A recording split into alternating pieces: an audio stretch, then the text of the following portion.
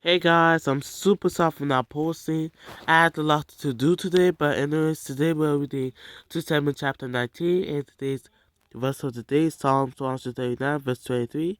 Search me, God, and know my heart. Test me, and know my anxious thoughts. Amen.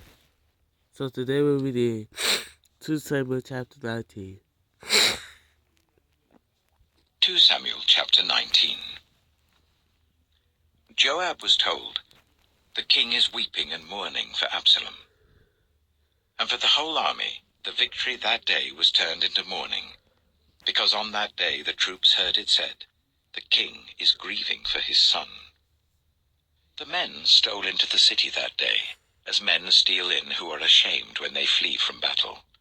The king covered his face and cried out, "Oh, my son Absalom! Oh, Absalom, my son, my son!" Then Joab went into the house to the king and said, "Today you have humiliated all your men who have just saved your life and the lives of your sons and daughters and the lives of your wives and concubines. You love those who hate you and hate those who love you. You have made it clear today that the commanders and their men mean nothing to you. I see that you would be pleased if Absalom were alive today and all of us were dead. Now go out and encourage your men. I swear by the Lord that if you don't go out, not a man will be left with you by nightfall. This will be worse for you than all the calamities that have come on you from your youth till now." So the king got up and took his seat in the gateway. When the men were told, "The king is sitting in the gateway," they all came before him. Meanwhile, the Israelites had fled to their homes. Throughout the tribes of Israel, all the people were arguing among themselves, saying, "The king delivered us from the hand of our enemies. He is the one who rescued us from the hand of the Philistines. But now he has fled the country to escape from Absalom, and Absalom, whom we anointed to rule over us, has died in battle. So why do you say nothing about bringing the king back?" King David sent this message to Zadok and Abiathar the priests. "Ask the elders of Judah, why should you be the last to bring the king back to his palace, since what is being said throughout Israel has reached the king at his quarters? You are my relatives, my own flesh and blood. So why should you be the last to bring back the king? And say to Amasa, are you not my own flesh and blood? May God deal with me, be it ever so severely, if you are not the commander of my army for life, in place of Joab." He won over the hearts of the men of Judah, so that they were all of one mind. They sent word to the king, "Return, you and all your men." Then the king returned and went as far as the Jordan. Now the men of Judah had come to Gilgal to go out and meet the king and bring him across the Jordan. Shimei, son of Gera, the Benjamite from Bahurim, hurried down with the men of Judah to meet King David. With him were 1,000 Benjaminites, along with Ziba, the steward of Saul's household, and his 15 sons and 20 servants. They rushed to the Jordan where the king was. They crossed to the ford to take the king's household over, and to do whatever he wished. When Shimei, son of Gera, crossed the Jordan, he fell prostrate before the king, and said to him, "May my lord not hold me guilty. Do not remember how your servant did wrong on the day my lord the king left Jerusalem. May the king put it out of his mind. For I, your servant, know that I have sinned.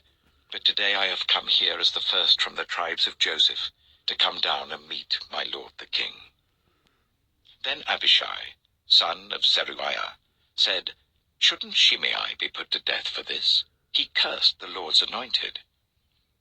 David replied, "What does this have to do with you, you sons of Zeruiah? What right do you have to interfere? Should anyone be put to death in Israel today? Don't I know that today I am king over Israel?" So the king said to Shimei, "You shall not die." And the king promised him on oath. Mephibosheth, Saul's grandson, also went down to meet the king. He had not taken care of his feet or trimmed his moustache or washed his clothes from the day the king left until the day he returned safely.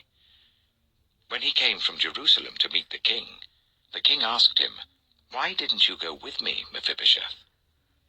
He said, "My lord the king, since I, your servant, am lame, I said, I will have my donkey saddled and will ride on it, so that I can go with the king.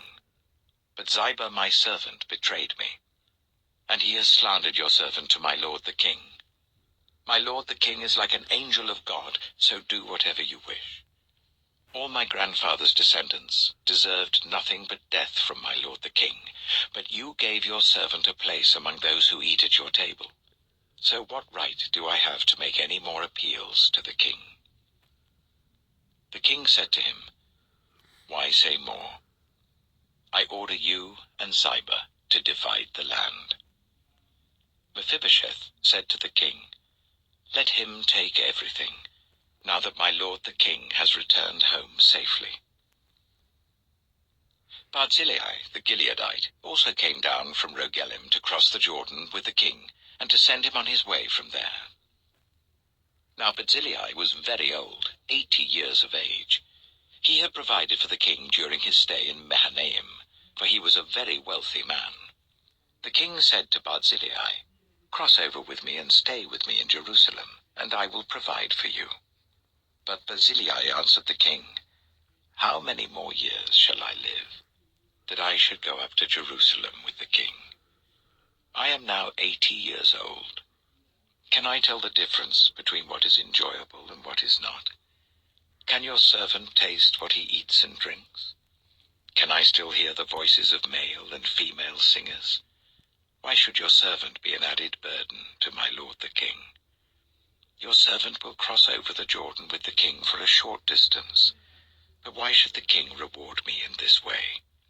Let your servant return, that I may die in my own town near the tomb of my father and mother. But here is your servant Kimham. Let him cross over with my lord the king. Do for him whatever you wish." The king said, "Kimham shall cross over with me, and I will do for him whatever you wish. And anything you desire from me, I will do for you." So all the people crossed the Jordan, and then the king crossed over. The king kissed Barzillai and bade him farewell, and Barzillai returned to his home. When the king crossed over to Gilgal, Kimham crossed with him. All the troops of Judah and half the troops of Israel had taken the king over. Soon all the men of Israel were coming to the king and saying to him, "Why did our brothers, the men of Judah, steal the king away and bring him and his household across the Jordan, together with all his men?" All the men of Judah answered the men of Israel, "We did this because the king is closely related to us. Why are you angry about it? Have we eaten any of the king's provisions? Have we taken anything for ourselves?" Then the men of Israel answered the men of Judah, "We have 10 shares in the king, so we have a greater claim on David than you have. Why then do you treat us with contempt? Weren't we the first to speak of bringing back our king?" But the men of Judah pressed their claims even more forcefully than the men of Israel. Amen. So that was 2 Samuel chapter 19. Tomorrow we'll go read 2 Samuel chapter 20. I'm going to end the video off here. But before that, I'm going to remind you guys about the video I posted about my dad's store, Belgian Seafood Market. You should check that video out and come to my dad's store. Anyways, I'm going to end the video off here, and you guys have a blessed night. Amen.